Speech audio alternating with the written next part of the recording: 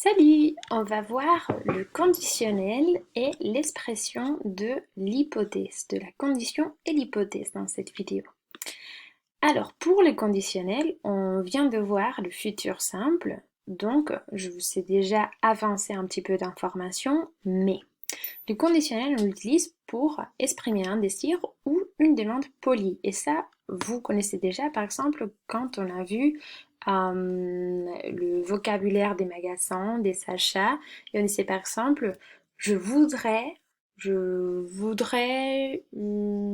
pantalon, je voudrais des lots, voilà. Ok.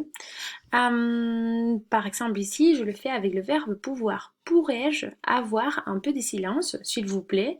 Bon, normalement, je suis pas si polie. Enfin, si je veux du silence dans la classe, je vais directement aller, silence. Mais bon, voilà. Si on veut vraiment être poli, on le fait comme ça. On utilise aussi le conditionnel présent pour exprimer l'hypothèse sur le présent. Ok. Parce qu'il y a un autre conditionnel qui est le conditionnel passé, mais ça on le verra plus tard, pas au niveau B1 ou B2, voire. Donc, l'hypothèse sur le présent, on le fait avec si imparfait, conditionnel présent, c'est-à-dire si j'avais plus d'argent, mais maintenant, j'ai pas beaucoup d'argent. Donc voilà, si j'avais plus d'argent, si tout y est là, si j'avais plus d'argent, j'achèterais une nouvelle maison.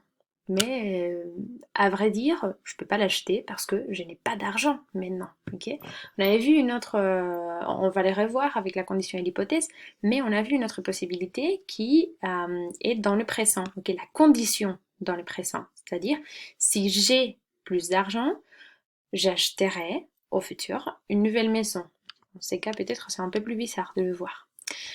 Pour la formation, c'est facile, ça nous rappelle un petit peu au futur simple. Donc, même règle, on va prendre l'infinitif.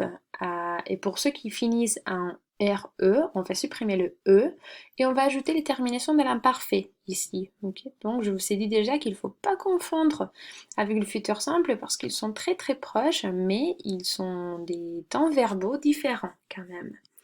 Il y a les mêmes verbes irréguliers et puis je vous propose quelques activités, ok, assez courtes, mais bon. Il y a aussi le corrigé en bas. Pour la condition et l'hypothèse, parce que c'est ça qui nous intéresse vraiment, parce qu'on l'utilise beaucoup dans la langue française et quand on parle, c'est une chose qu'on fait très fréquemment. Donc, euh, par rapport à cette petite virgule, quand est-ce qu'il faut mettre la virgule? Ok.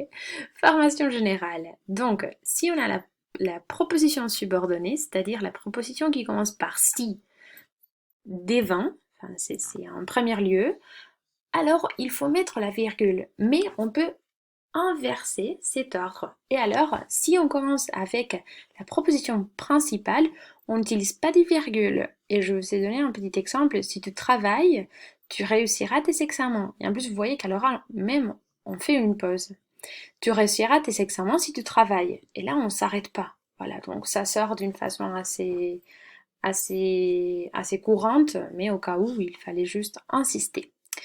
Il y a un autre type d'hypothèse, ok, qui est l'hypothèse irréelle, une hypothèse qu'on fait dans le passé, c'est-à-dire quand on veut changer quelque chose dans le passé, mais on ne peut pas. Mais ça, on ne va pas les voir dans ce niveau. Ok, mais je vous dis quand même, je ne veux pas vous cacher la vérité. Il y a un autre type. Ok.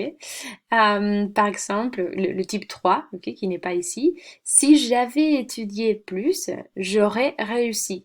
C'est parce que pour faire le type 3, on a besoin d'un plus que parfait qu'on n'a pas vu encore dans le niveau A2 et un conditionnel passé qu'on n'a pas vu non plus. Voilà, donc je ne veux pas faire les choses trop compliquées. Pour le type 1, c'est la condition, c'est pas vraiment une hypothèse parce que le premier type c'est la condition, c'est-à-dire si on fait ça, il va y avoir une conséquence. Okay, c'est ce qu'on appelle des fois aussi les vérités absolues. Okay, par exemple, si on touche le feu, on se brûle. Voilà, c'est comme ça va toujours arriver. On a un premier type d'hypothèse qu'on fait avec le futur. S'il fait beau, nous irons à la plage. Okay. Et ensuite, on a l'hypothèse possible, c'est-à-dire c'est quelque chose qui pourrait arriver, mais pas tout de suite, parce que, à vrai dire, on n'est pas là encore. Par exemple, si j'étais riche, si fuera rico, oui, mais à vrai dire, tu n'es pas riche. Todavía no eres rico. Donc, si j'étais riche, j'achèterais une nouvelle voiture. Si fuera rico, compraría un coche nuevo. Attention, attention, attention, et j'insisterai beaucoup sur ces faits. Enfin, si on était face à face, je le ferais vraiment. Donc, en Cantabrie, je ne sais pas pourquoi vraiment, mais en Cantabrie, on adore utiliser si avec un conditionnel. Si haría mejor, si, je ne sais pas, enfin, mais mon oncle par exemple lui dit tout le temps. Donc, juste insister en espagnol et en français aussi, c'est interdit, on ne peut pas les faire, ok? Donc on ne va jamais dire. Et si je serais riche par exemple, ou s'il ferait beau, non, impossible, non, on va pas dire s'il ferait beau, s'il fait beau, ok? Ou s'il faisait beau. Mais jamais, jamais, jamais, on va utiliser un si avec le futur ou un conditionnel. Jamais, jamais, jamais de la vie, je vous promets, ok? J'ai mis quand même un cas exceptionnel parce que peut-être il y en a un cas, mais non, pas vraiment, ok? Donc je vous demande de mentionner trois vérités ou trois choses qui vont se passer presque toujours, voilà, c'est-à-dire, première activité, on est ici, si présent de l'indicatif, présent. Deuxième activité, faire une condition dans le futur, on est ici, ok? Et troisième activité, je vais le modifier, mais on sera ici, si imparfait, conditionnel présent. Okay, je dois le modifier parce que la troisième ne correspond pas à ça. Mais bon, voilà. J'espère que je me suis bien expliquée. Sinon, n'hésitez pas à me poser des questions, à m'envoyer des courriels. Voilà, on reste en contact. Au revoir!